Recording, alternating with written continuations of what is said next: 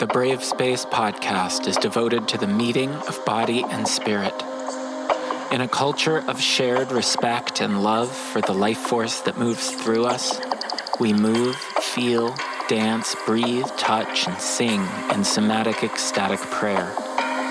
BraveSpace is the place of belonging, safe enough to take the risk of being vulnerable.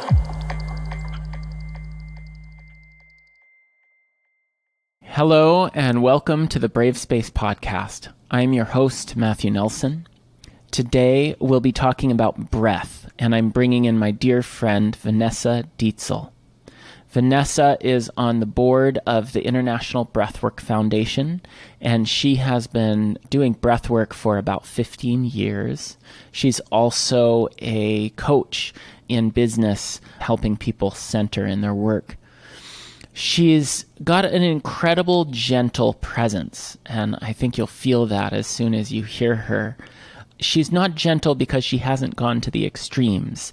I think it's having gone there that's taken her into the gentleness that she brings, and that feels like such a gift here for us. The first quarter or so of the podcast, she'll speak to her personal journey and that kind of awakening that breathwork brought for her.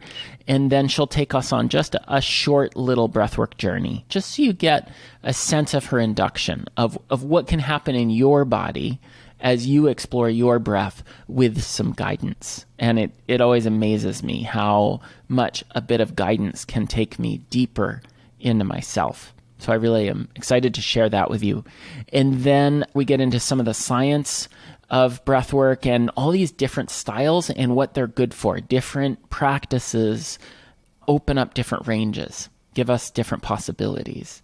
And then we go into the more philosophical and spiritual elements. Really this sense that how you breathe is how you are, how you're being, how you live.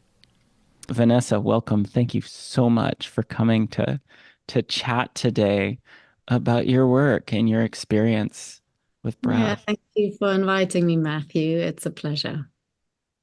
To start, I'd love to just hear about how you got involved with your breath. Like, what was the drop-in where it became essential, became a life path? Yeah, in hindsight, it actually started when I was learning to play the bassoon. Yes. As a teenager, maybe I was 14. And especially when I was going through a really difficult period in my life, I noticed that whenever I played the bassoon, I felt better afterwards. There was that sense of joy coming, and I noticed it at the time, but I just didn't understand why until my late 20s when I came to deliberate breath work. And it just dawned on me, that's when I started doing breath work, when I played the bassoon. Of course. Wow, that's beautiful to hear. There's this piece about music. Yeah, which is another overlay of making music. But in essence, to play the bassoon, it's about 1.40 meters of air wind pipes that I needed to blow through. So there was a lot of deep breathing through the mouth that was taking place. And then in my late 20s, when I came to a form of breathwork called conscious connected breathing, doing exactly that, using full lung capacity, breathing through the mouth without pause, without holds, as a therapeutic modality, that I made that connection. And breathing has been, with all the ancient wisdom traditions, as a really important ingredient for our personal development, our spiritual development, healing, and transformation. So it's not a surprise that a lot of these practices that give us a sense of well-being, of connection to something greater than us, like singing, dancing, movement, they all have an element of breath in them. Yeah, I think of like every meditation technique I've come across, breath is involved. It's unavoidable in that sense. It seems like to me, it's this bridge between the conscious self, the choices I make, and the most of myself that sits underneath that, that's just doing and being and the actual life that's happening. Yeah, it's the most direct access we have to our life force, is one way of describing it. There are many, because also in terms of our bodily functions or systems, it's the only thing that we can do completely automatically, so unconsciously, and completely deliberately consciously. Mm, As such, the breath, therefore, is a bridge between the conscious and the unconscious, and we can use it in that way. And of course, we can look at it through the physiology as well and change gas levels and what that does and how it affects our neural pathways. And there's all these different ways of coming at the breath to explain why it is so essential to our evolution as human beings and our consciousness. mm. So playing the bassoon, you had no Mhm. idea yet what you were quite participating in, and then it started to come in. And how many years was it before you came to the conscious connected breathing? Yeah, so I started playing the bassoon around 14, and then it was my late 20s when I had a burnout that I came to breath work as a healing modality. And Mm, it wasn't that I was curious about it at all. I thought it sounded really crazy, to be honest. And I heard people, actually, a friend mention this guy in the woods somewhere in the bush outside of Sydney doing this breathing stuff. And then you might start crying or mm. throwing up, even, or going unconscious. It sounded really weird to me. So it went in one ear and out the other at the time. Yes. But my ex-husband then, he really was curious and went for along for a session. And when he came back, it was just one look I took at his face. Oh, wow. I hadn't seen him that relaxed and alive in a long time. I was like, okay, I want that too. Oh, my goodness. So I wasn't really looking at all. And I know it sounds a bit weird sometimes to say that, oh, the breath found me, but it did, as a bassoon player at the time without really knowing, and then later in my late 20s with that friend mentioning it, and then my husband really jumping in and doing it. That was the pathway for me to give this a go and really find a big part of my passion and purpose in it. Yeah. Wow. The piece of how you saw it in him is Hmm. really beautiful to me. And the focus of this podcast is on the group field aspect of life, the way not just the big groups, but the way that we're always affecting each other. The way that if I can hold a brave space in my heart, then I can hold you in that. You can hold me in that. We can do that together. And in that is that recognition when we see something that entices us, that brings our consciousness a level deeper. Hmm. And how amazing that from, a weekend of breath work or whatever it was that he did, you just knew it when you saw him. It's like, oh, something shifted here, Yeah. up Yeah. leveled, brought brought in We're possibility. so linked in actually in our nervous systems, as you know, in that field. And the more the bigger a group is and the more we're linked in, the more is actually available for us to use for healing too. And yeah, we get so much information that we might not be consciously be aware of when we're interacting with others. That then is an important part of, in my opinion, any healing modality. And when I look back to my training and what really matters in breath work is a lot the person holding space. Because Yeah. as a client, I can't go somewhere that person isn't comfortable with me going or hasn't built some relationship within themselves. Yes. As you're saying that, I'm actually like coming back to my breath and checking in, like, hey, what's my state? And can I just deepen in to a little more presence, which this Mhm. thing about presence, like what the heck is presence? I have Yeah. I have a feeling for it. I know you do, but it seems like if we're going to start talking about breath, we better start talking about presence. Yeah, it's a key way to become present, I guess, because the breath is always with us. And as soon as we actually pay attention to our breath, we are a little bit more present. There's a book I just started reading, and you may be more familiar with it than me. The Presence Process. Um, Mm. Michael mm, Brown's work. Michael Brown's work, and he was started into it by conscious connected breathing. Correct, yeah, yeah. So even when people launch on quite perhaps more around presence or the notion of presence or different modalities, they hit the breath. I think that's the beauty of Michael's story, as far as I remember it. He just hit, oh, there's something about breathing here that is important to include. And it just came there at such an important piece. Yeah.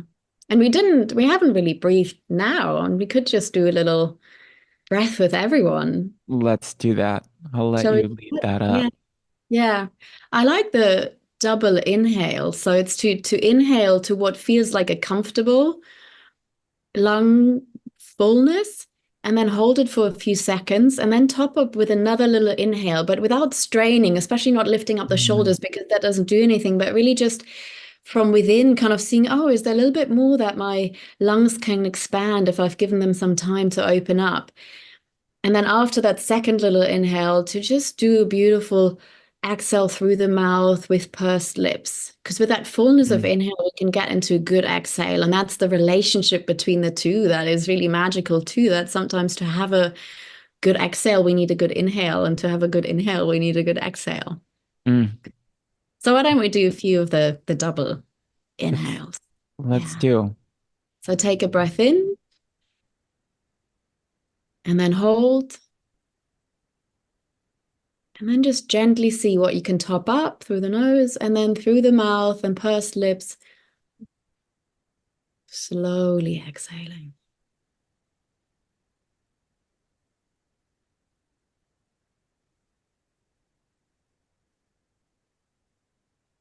So like a nice long exhale. Yeah. And then inhaling again and hold. Really just settling into that fullness and then topping up a bit more and then exhaling.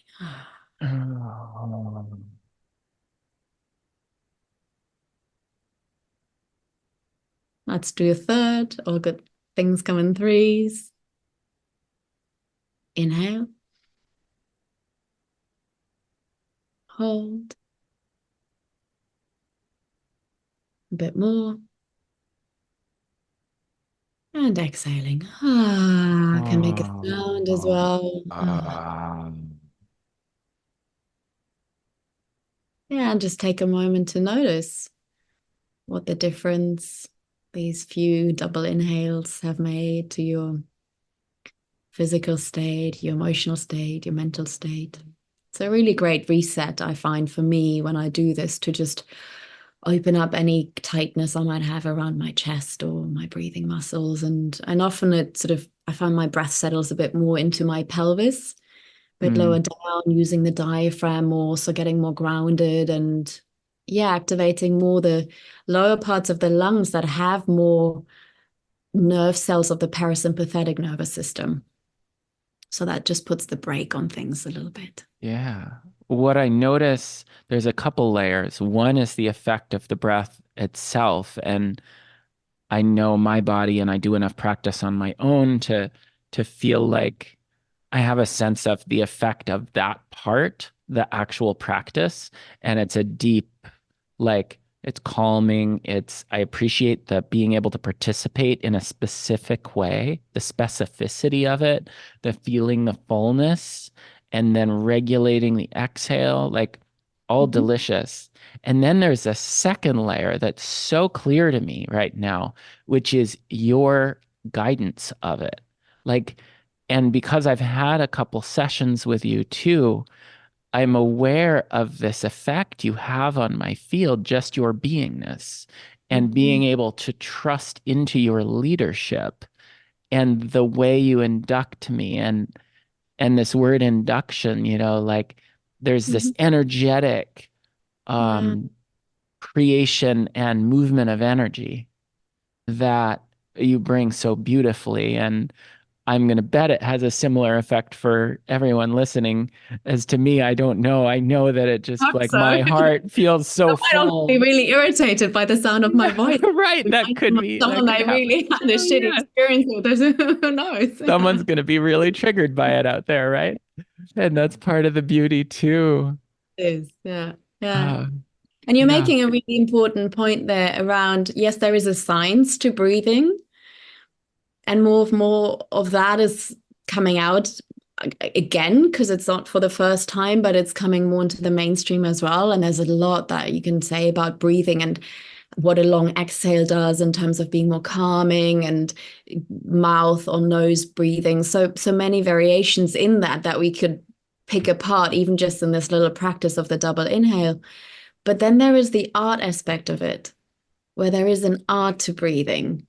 And that's much more what you picked up around the transmission that comes when somebody who has journeyed with their breath in all these different forms, and like me, has an incredible reverence and gratitude and passion for the breath.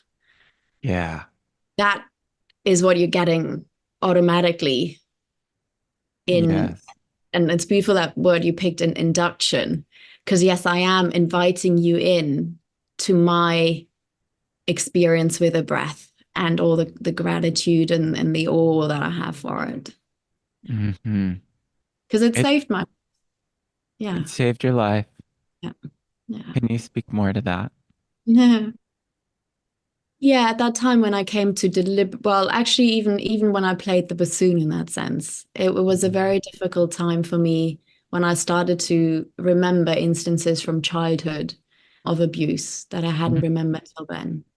And as a teenager, to have my whole world fall apart of the belief I had that I had a healthy, normal, functioning family, to then have that really shaken so fundamentally, that view I had of my family, that mental notion of how I viewed us, to then be so, yeah, just not just shaken up, but what's the word when you take a knife and you like slit through something, it Oh, was wow. limited. So I needed to reconfigure my whole notion of who my family is and who I am in that, and who the people in it are. And without even having had that playing and the breath at the time, I'm not really sure how I would have coped. Not sure I would really have, but I did have a lot of suicidal thoughts at the time. I was wondering, Yeah. what, I was just in so much pain. No one really there to help me figure these things out. And it was such an important resource to go to the music department and play and notice how, no matter how I'd been feeling before and how difficult it was, there was something that I felt better with. Wow. Yeah. Mm. Then the other layer is then later in my late 20s with the burnout, when I just dived a lot deeper into everything I hadn't dealt with yet and hadn't had the maturity to really deal with. With the breath, it was that recognition that I hadn't really lived my life. I had so lived out, focused out on expectations of others and what that might be, or what a life would look like, or success would look like. And that's why I also mean saved my life, not in the physical sense, or I wasn't suicidal then anymore, but really to come into an experienced sense of what is this me, and how do I want to live? How do I even navigate decisions from an inner reference point rather than an external one? And there was a moment when I remember just crying and sitting at my kitchen table, having the sense of all these people around me who I'd been trying to please in every single decision I'd been making in my life, and not having lived at all my life. And that determination came in of, fuck it, I'm going to start making my own decisions now. They're not here. They're not feeling this pain. Yeah. That's on me. So I'm going to make my own shots now. Yeah. Mm. Yeah. And the There's breath really helped me to come into contact again. Like, how do I even make a decision for myself? Like, what are my inner impulses? I was so disconnected from my body, from sensations, from emotions. I had no vocabulary to name an emotion. I was just floating somewhere on the 50th floor, basically. That was the breath that helped me. Even like, you could have said these words to me at the time and they wouldn't have meant anything. To get a sense for, wow, yes, I'm building a reference, or the breathing is helping me build a reference system, a compass, an orientation that I can use for guidance, and something that is coming from me and that is so irrefutably true for me that it gives me solidity I had never experienced before. Mm. Yeah. There's this place that I'm so fascinated by that I feel coming up in culture. It's coming through me and I'm hearing it here. I keep seeing it, which is where this somatic experience, the tuning into the body, and not just the body from the outside, but this experience of the body becomes a relationship with spirit, that it's inherently spiritual.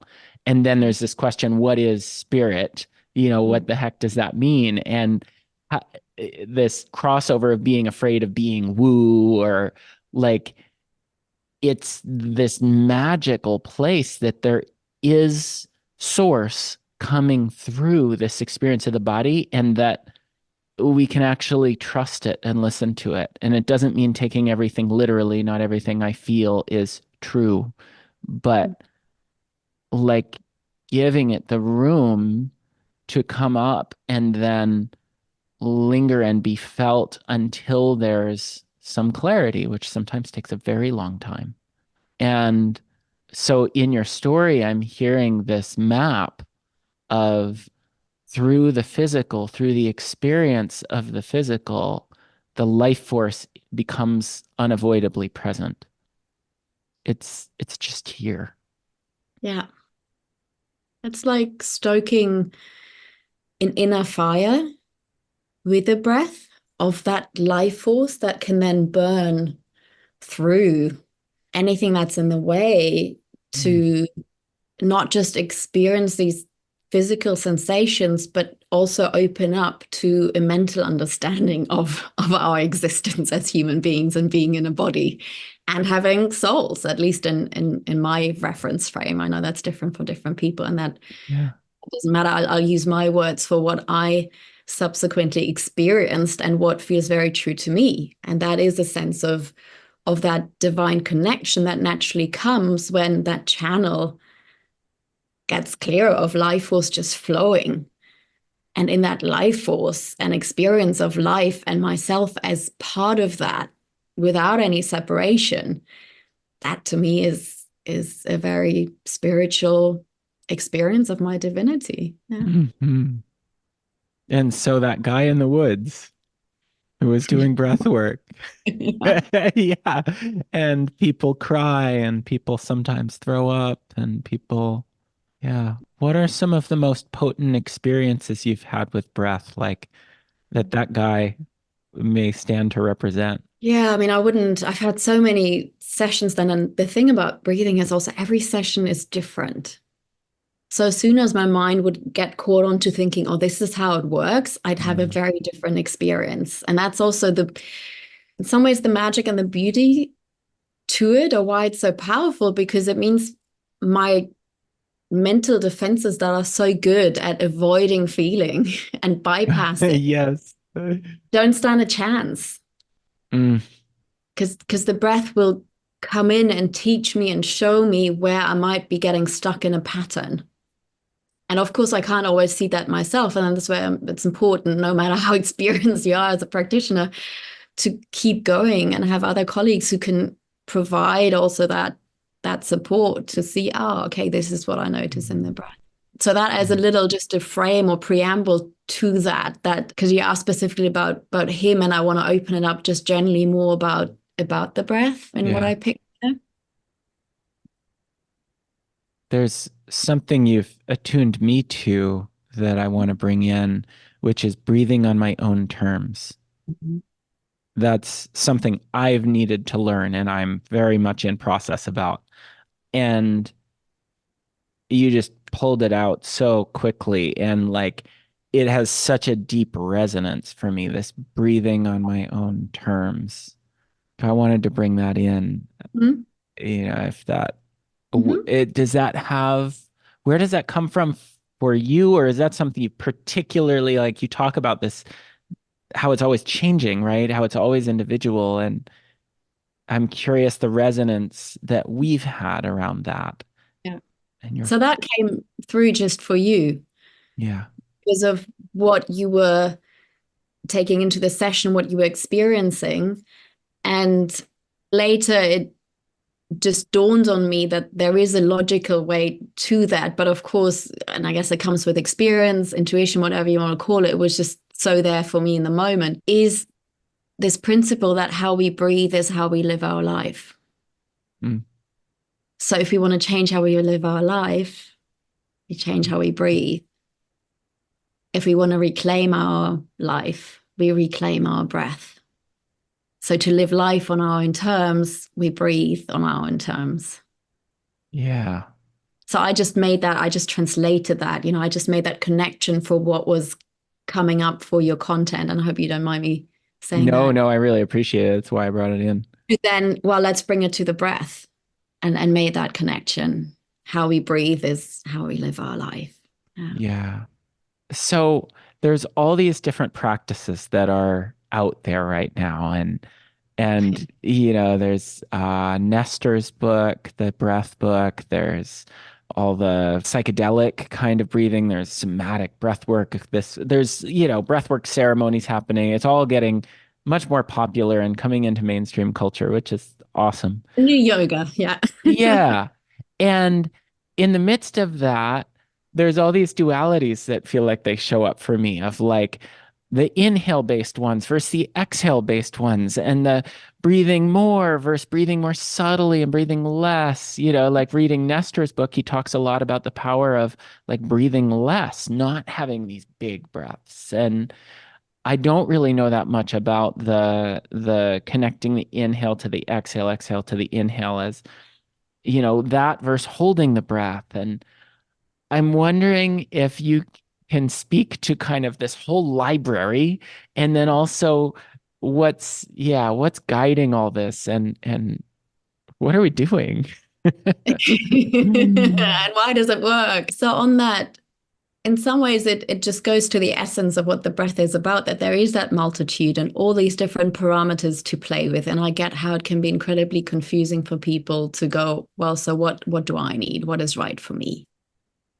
I would distinguish, first of all, between day-to-day breathing and Mm. breathing as an intervention, as a Oh yeah, healing yeah. This is like all the tool. Pilates teachers who walk around, and I love Pilates, and Pilates teachers, please excuse me. I am one, so I know this in me of like walking around in the practice, and it's a practice. It's not the daily life. So I love that you brought that in, and Yeah. thanks for So in letting me interrupt. breathing, most people overbreathe, breathe too shallow, too high up in the chest. And overbreathing meaning just too frequently and sometimes even too big. So a lot of practices that focus on creating air hunger are really Mm. good for retraining the day-to-day breathing to be actually more nervous system regulating Mm. and not keep sending signals via our body to the brain that we're in a state of threat or risk or Got danger. it. And the practice of air hunger is to breathe less so that there's a hunger to breathe more. And this helps. So the reason we actually inhale is not because we need oxygen, but because of the CO2 level. So what we normally exhale, having reached a certain limit. Mhm. And that is something that gets created or set for us in our nervous system and the automatic part of the breathing through habit. Okay. So if it's set at quite a low level of CO2, it means we very quickly would inhale again and Yes. therefore breathe faster. And the faster breathing is what signals to the brain from the body in the brain body feedback loop. I'm breathing faster, so something's wrong in my body. So, brain, you need to be in alert, Yes. putting it into survival mode. Okay. So, by getting used to air hunger, I'm training my system to actually put up the CO2 threshold, which would trigger another inhale. Mm. So, my overall breathing rate will then get slower. So the body signals to the brain, everything's cool here. I'm chilled. You can chill. And the brain, therefore, then has capacity to not use the survival circuitry, and there's good blood flow in the prefrontal cortex that has more of our executive functioning, like complex problem solving, emotional regulation, creativity, collaboration with others, empathy. That's Yes. all prefrontal cortex, which doesn't get good blood flow when our survival circuitry is activated. And so then if we go and then go practice like breath of fire, right? Quick. Yeah. Yeah. And So yeah, this what's is that about? if you did breath of fire or any of these other sort of big breathing, mouth breathing all day long, that would not necessarily be how you would want to be in a day-to-day state. Yes. But in terms of healing or transformational ability to bring additional, well, we could call it energy, but to the system, yes, there is the life force, there's the prana, if you subscribe to that view of things, but also to actually breathe out on a lot of these practices so much CO2 that it quite alters significantly our blood chemistry, pH levels. And just sort of in a nutshell, I'm not going to explain the whole mechanism, what that actually does in our brain with the neural pathways. The neural pathways are just very fast, automatic ways of thinking, is that it reduces that speed at which Oh, decision making kicks in and certain mindsets or beliefs kick in or assumptions, which enables us to actually use different thought patterns and rewire our neural pathways more easily. got it. So that doesn't apply necessarily to every fast breathing practice, but as soon as people feel that sense of maybe tingling in their fingers, an Mm. extreme version would be tetany, the cramping up, or could be tingling in their feet as well, sometimes around the jaws or mouth. That's a sign that the CO that we're breathing out more CO2 than gets produced. And that has that effect of just making the neurotransmitter signals in our neural pathways just slower. And it's Mm. therefore easier to take different turns in our thinking and rewire. So that's where a lot of the mental conditioning sort of in that body comes in around maybe these core beliefs we form in due to formative events in our lives of not being good enough or not being wanted or not being lovable and these limiting beliefs that Mm. we can rewire more easily and rewrite our stories of how we relate to ourselves. Mm. Plus, then, of course, there is the emotional and physical, like just feeling there's something happening Like in so my body, much. right? And Yes. very often we avoid sensations in the body. If we shut down, we're afraid of them. So by having, breath of fire, bringing more, stuff is happening, there's tingling, there's something, there's activation going on, we can deliberately sort of stretch out, like going to a gym, our nervous system to just increase that window of tolerance or capacity to be Yes. higher states of activation without getting dysregulated. So The word. without over into survival mode and still staying in a functioning prefrontal cortex is working, I can still focus on exploring opportunities, that kind of state of feeling, no, things are okay. And I am in a state of activation. I'm fully alive. Yeah. There's a range that's expanded by doing all these things, and then that range is more available and all the in the more movement centered side. And of course, breath is movement, but thinking of it from like, there's this idea of sensory motor amnesia that Thomas Hanna speaks of. And Thomas Hanna coined the word somatics back in the 70s. And in sensory motor amnesia, he says that we can get we can get stuck where a movement disappears, and then there's a whole range of our sense of ability, a sense of what we can feel that disappears. And he was a Feldenkrais practitioner, so using touch, and he'd move people and restore a functional ability of something to move and create the sensation of it moving. And this is a lot how I work when I work with people with touch, that it educates the system of a range that's been missing. And there's this sort of idea of aging, like we get less and less able, there's less that's available. And it's largely because we kind of freeze up culturally, I think. We lose these ranges.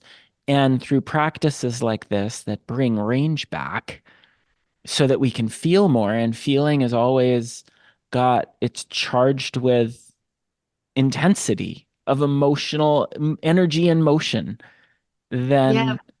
then there's more available again. And thinking about this word transformation that keeps coming up and is a principle in the work that I'm holding with BraveSpace, it's like transformation is always happening. And sometimes it can happen in the sense that we become less and less able, that things get more frozen. And practices like this hold that the opposite is available too. We can just keep growing in our range and our ability. And well, yeah, our bodies aren't as flexible as we get older on some level. On other levels, I just keeps the possibilities get wiser and wiser. And this Yeah. ability to face these layers that maybe come through generations and the pain we've inherited and been given by others, that we really can, you use the fire metaphor, like burn through it, burn it off. Yeah. It's Yeah. Or beautiful. wash through the pipes that are clogged, Yeah, yeah, It's yeah. more somebody's element, or blow out the cobwebs. It's more air. Mm, Definitely. Yeah. And I'd like to tie that to the different types of breath work that you can mm, then do, because thank that you. sense of expanding ranges is helpful for that. So expanding range could mean, yes, a very strong, active, activating breathing practice to get more into that aspect of range and the activation, but it can also be very, very subtle, slow, deliberate breaths focusing on picking up the minute sensations and feelings. And that's where I would say breathing, something that can tie no matter the technique into it, is how present can I be to what I'm experiencing in this current moment? Mm, hmm. And irrespective of the technique, can I use the way I'm breathing to be more with what is happening right now in my body?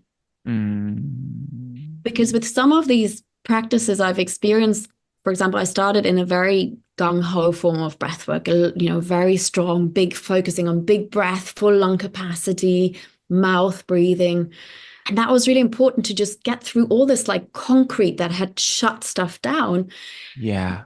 But it also got me hooked onto a certain intensity and believing I needed the intensity to open up and connect more within.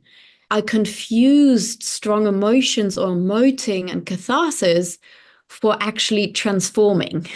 Yes. Thank you for this. This is so important. Yeah. And that's also the beauty of the breath and self-correcting, because at some point my system just couldn't take that any longer. I just didn't have it in me. And I was like going into such a resistance to even lie down and breathe that I felt I got to breathe in a different way here, and breathe in a way, not forcing myself to how I think I should breathe to get the maximum out of the session, go for max, but focus on what breath feels good to me, and where is that level to which I can breathe, that I can stay with what I'm feeling right now, Mm, emotionally, sensations in my body, and to stay in my mm, body rather than actually go out, which is what happened at times with the more catharsis oriented work. And I hope this, it's really clear that I'm not making it wrong. It's really also needed, and I needed it so much to really just open up all these calcifications in a way that had built around my emotional body. But then to focus on, yeah, it doesn't have to be big. It's the yeah. quality. Yeah.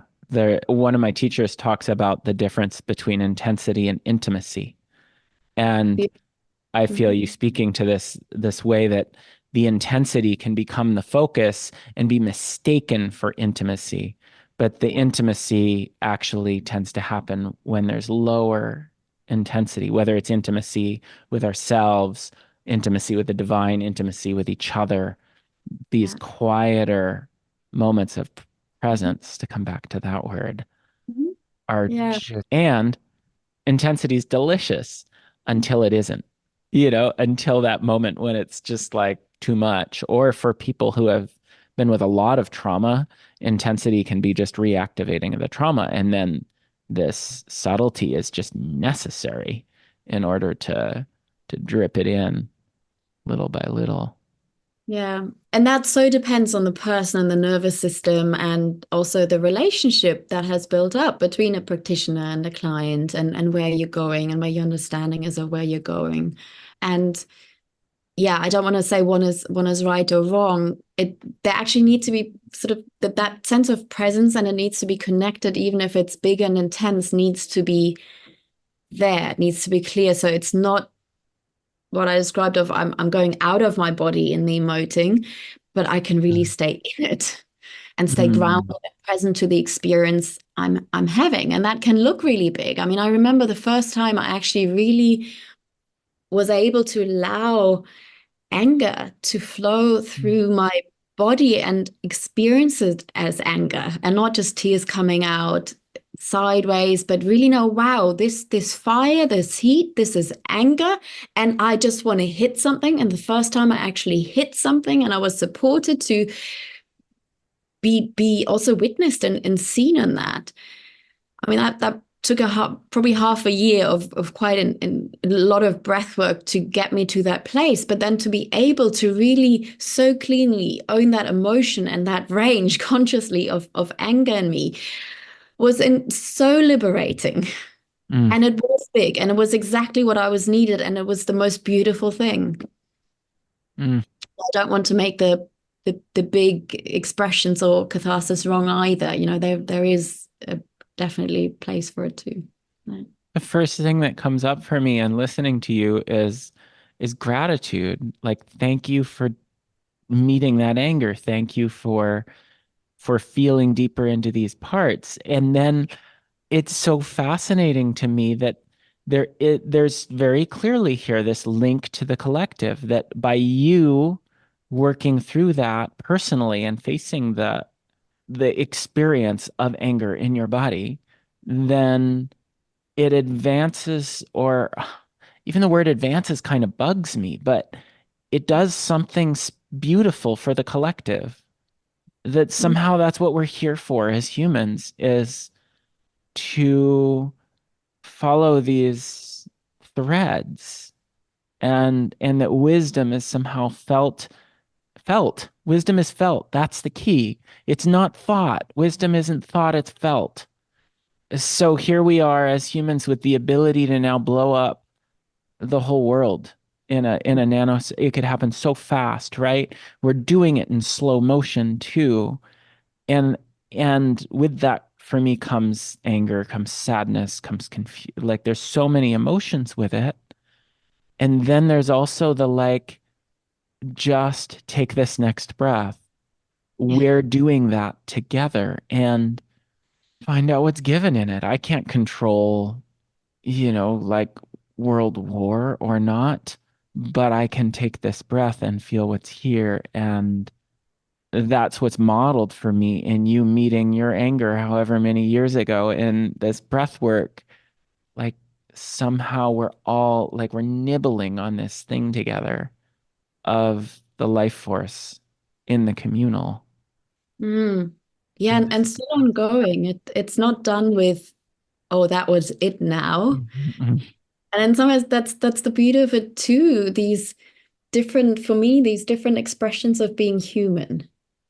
And of course, like they're saying, emotion is energy in motion, and it relates to our emotions, our energetics. How much of my humanity can I allow without then unconsciously acting out from it? So Mm. to link that to that collective theme you're bringing in around peace and how it starts with me.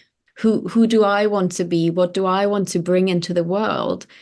That is my own nervous system, the capacity I have to hold my human experience and not shut down from it, not act out from it, but be with it in a way that the beauty of it can unfold. Mm. Like you picked with anger, and anger is probably the emotion I see least beauty in, and Yeah. my system is most wired to shut down and to yes, also in that to see the beauty and really the gift of being able to take a stand, for example, for what is right or wrong, to set our boundaries, to live our values. to speak our truth. You can't do that without that energy, but only when it really flows, when our channels are open to let that flow and cleanly, and we can hold it. Yeah. Yeah. Mm. This breath is, I mean, breath is life, right? Yeah. The metaphors of that. I just keep coming back to like inspiration, right? To be inspired is the Yeah. breath in. There's the spiritual link. Life is spirit. Inspiration, Yeah. inspiration, there's the spirit. Yeah. I'm just curious. I love mining these sorts of metaphors that aren't metaphor. They're actually what is, right? Movement isn't a metaphor for expression. Movement is the expression. That one's from Bartenieff, Irmgard Bartenieff, who is part of my lineage in movement therapy. I'm curious if there's any of these that are alive for you, Mm. these sort of So what we metaphors. shared already was how we breathe is how we live our life. Yes. And there's how do I inhale? You said about inhaling, exhaling, focus. Like, how do I inhale? With what Mm. ease can I let breath in, and the letting in, can I let life in? And the fullness of it, do I have to struggle to let that in, or is there an ease? And how full? Or the breathing out, it's a letting go. It's a form of death to let the breath go. I don't know if there'll be another Mm. in breath afterwards. Can I There- let go? Can I surrender? Can I release? Do I force the exhale? Do I push it somehow? Does it something that actually just happens by relaxing muscles? Do I need to work hard for that? And hence in life, am I working harder than I need to? I'm not relaxing, I'm not surrendering. There's so many parallels.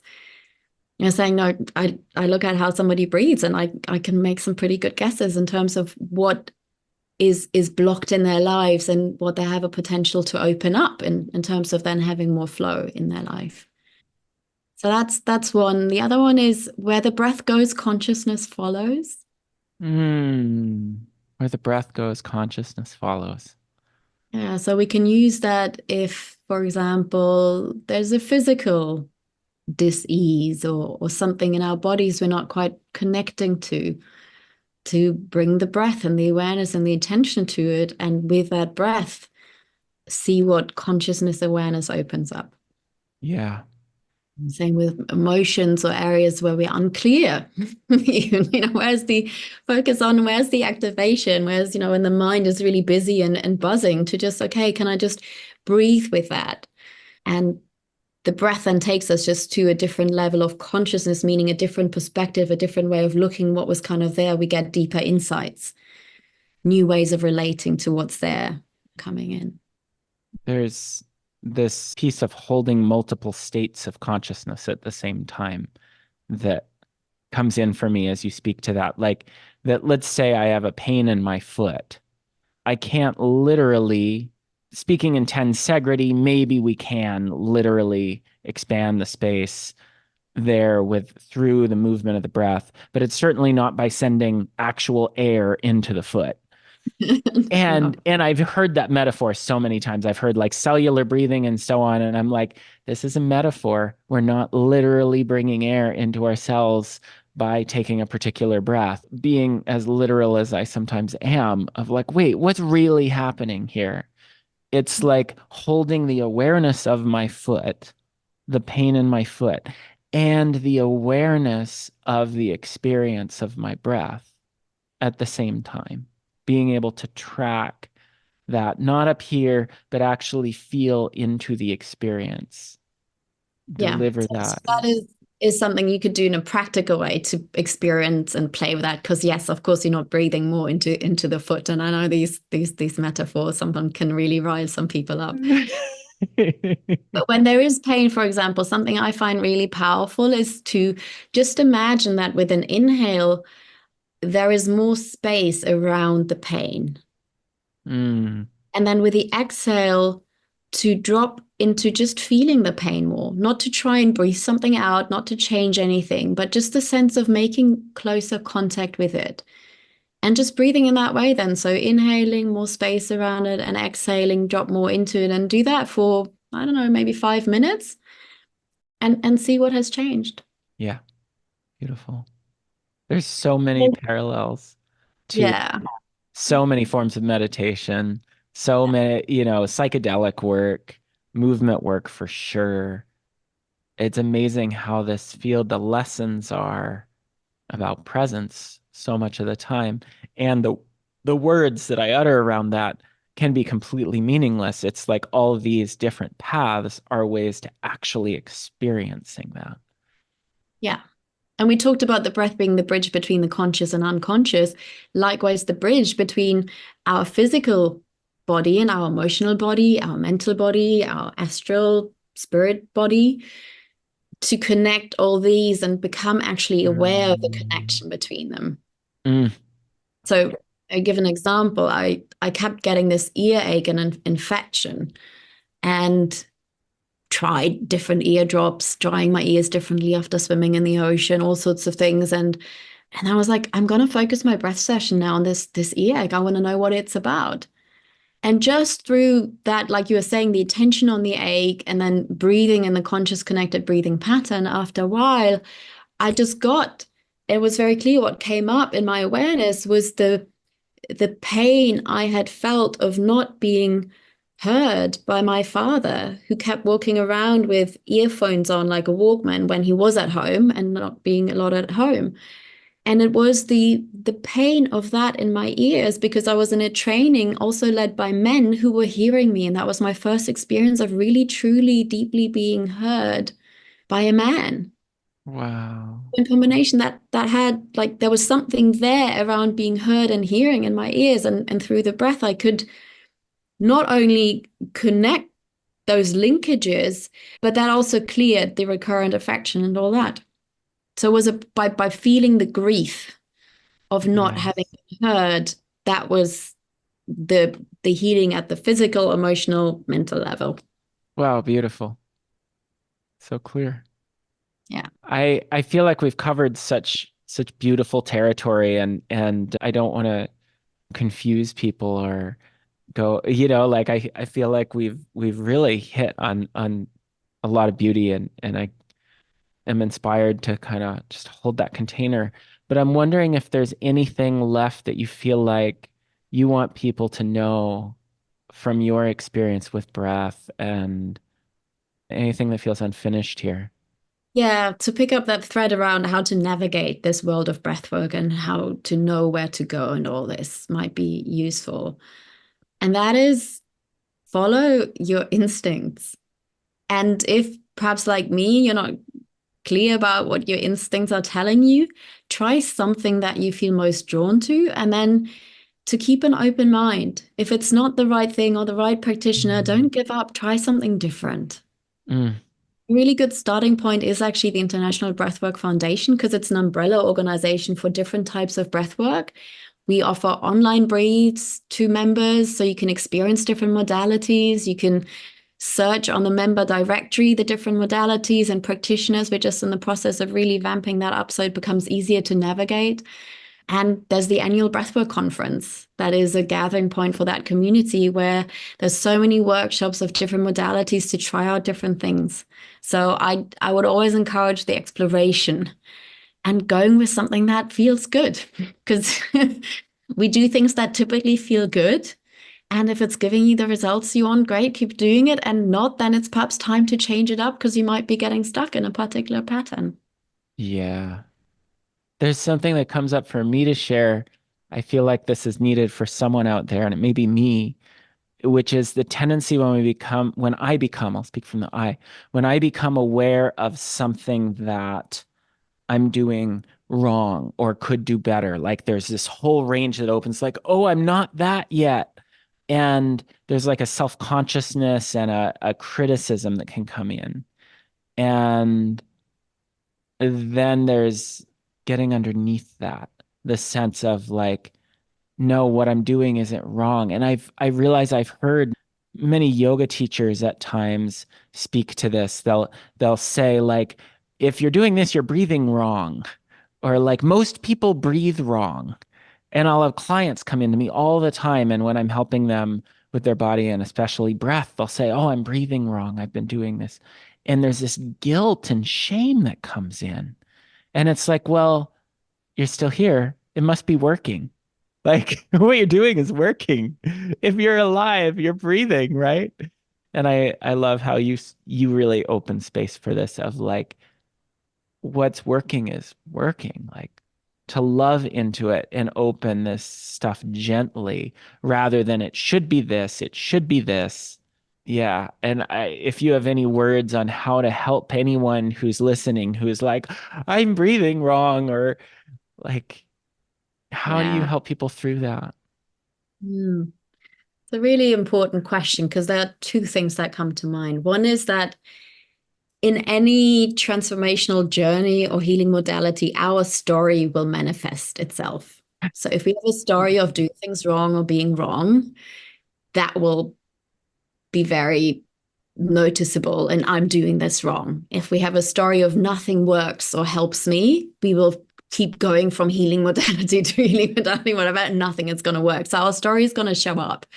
So that's to have an awareness around that, to just notice it. Oh, okay, right. So maybe this is just my familiar story and pattern that I'm running. Okay, can I rather than try and change it and get rid of it? And that goes to the second point you spoke to so beautifully around the sense of love. Can I do Mm, that with love? Because typically mhm, the story does not come from love. It's something that criticizes us. There's a contraction that cuts us off from the love that we are.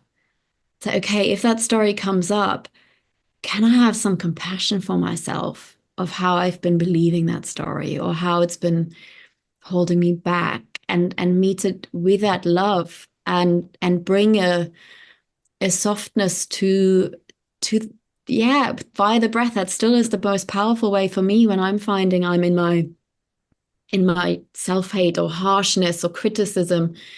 Can I make my breath a breath of love to really, through the breath, through the body, bring in that enoughness? Okay, how I'm breathing now is enough. That mm, gentleness to meet whatever feelings are there. And then typically I find emotions will just flow and do their thing because I'm feeling myself. And then mm, this whole system then just knows what to do. mm, mm. I hope Thank you. it's enough for someone who is listening, and if not, ask. Yeah. Yeah, it feels good for, I think, all of us to be reminded. Yeah, because that's the principal thing, right? It's through the heart ultimately. Yeah. Yeah. Mm. Yeah. Vanessa, just such a joy. Thank you so much for coming and speaking to this delightful sense of possibility. Yeah. It's infinite. Yeah. It's like we are. Thank you so much, Matthew. Yeah, with a curious listener, I can talk about the breath till the cows come home. Is there, you mentioned the Breathwork Federation, and that is that the place you would like to send people? Okay, IBFbreathwork.org. great. Okay. Well, again, thanks so much, and let's Deep keep breath. breathing. Deep breath. Ah. Thank you.